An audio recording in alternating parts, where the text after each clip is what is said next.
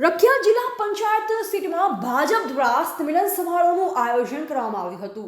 દેગામ વિધાનસભાના રખિયા જિલ્લા પંચાયત સીટમાં ભાજપ દ્વારા સંમેલન સમારોહનું આયોજન કચ્છી પટેલ સમાજની વાડી સહયોગ વિદ્યાલયમાં કરવામાં આવ્યું. આ કાર્યક્રમમાં આત્મનિર્ભર ભારત સંકલ્પ અભિયાન અને હર ઘર સ્વદેશીના સંકલ્પ સાથે નવા વર્ષની શુભેચ્છા પાઠવવામાં આવી હતી.